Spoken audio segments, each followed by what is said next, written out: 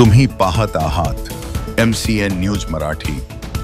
बहुजन समाजाचे नायक आणि सामाजिक परिवर्तनाचे प्रणेते बहुजन समाज रत्न कांशीराम यांच्या स्मृती दिनानिमित्त अभिवादन कार्यक्रमाचे आयोजन मैत्रेय ध्यान तीर्थ सोसायटी फ्लॅट क्रमांक 8 सिडको N8 छत्रपती संभाजीनगर येथे करण्यात आले होते। हा कार्यक्रम रमेशचंद्र धनेगावकर यांच्या निवासस्थानी 9 ऑक्टोबर रोजी 10:30 वाजता संपन्न झाला। कार्यक्रमात उपस्थित मान्यवरांनी कांशीराम यांच्या कार्याचा व विचारांचा पुनःस्मरण करून समाजात समानतेचा आणि संघटनेचा संदेश दिला।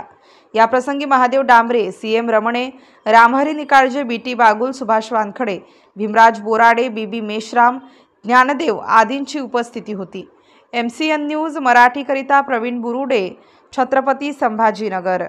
मान्यवर कांशीराम साहेबांजवळ एकेकाळी 5 पैसे नव्हते हवा भरण्याकरता। त्या माणसांनी बाबासाहेबांचं ऐनशी नमक काच हे पुस्तक वाचून पूर्ण बहुजन समाजामध्ये जागृती निर्माण करण्याचं काम केलं आणि एक आशावाद निर्माण केला की बहुजन हा शासक बनू शकतो आणि त्याची प्रचिती त्यांनी उत्तर प्रदेशमध्ये आणून दिलेली आहे।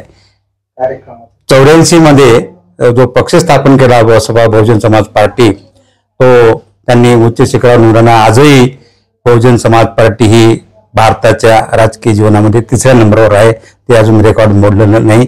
आणि जसं बाबासाहेबांनी सांगितलं की बहुजनाव तुम्ही शासक बनू शकता, हाच धागा घेऊन मान्यवर कांशीरामांनी आपलं आयुष्यभर काम केलेलं आहे आणि ते सिद्ध करून दिलेलं आहे। आपण जर बहुजन जर एकत्र आलो तर आज आपण बहुजनाची सत्ता स्थापन करू शकतो आणि या काही लोकांच्या सुवर्ण लोकांच्या आपण मगरमिठीतून सुटू शकतो।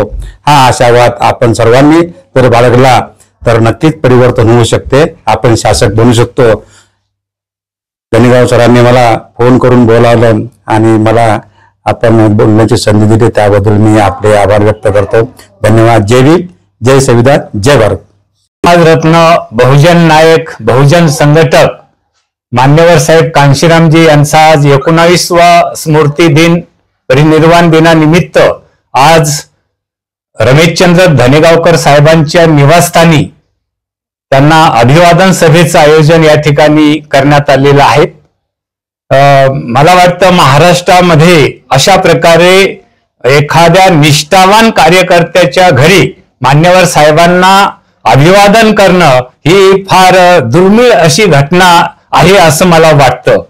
मान्यवर साहेब कांशीरामजींनी संपूर्ण भारतामध्ये सायकलद्वारे, रेल्वेद्वारे, विमानाद्वारे प्रवास करून या देशातील 85% बहुजन समाजाला संघटित करण्याचं काम त्यांनी केलेलं आहे। हयातभर, संपूर्ण हयातभर त्यांनी बहुजन समाजाला संघटित करून बहन कुमारी मायावतीजी यांना उत्तर प्रदेश सारख्या सर्वात मोठ्या राज्याच्या 4 वेळेस मुख्यमंत्री बनवलं। हे फार मोठं कार्य मान्यवर साहेब कांशीरामजींनी केलेलं आहे।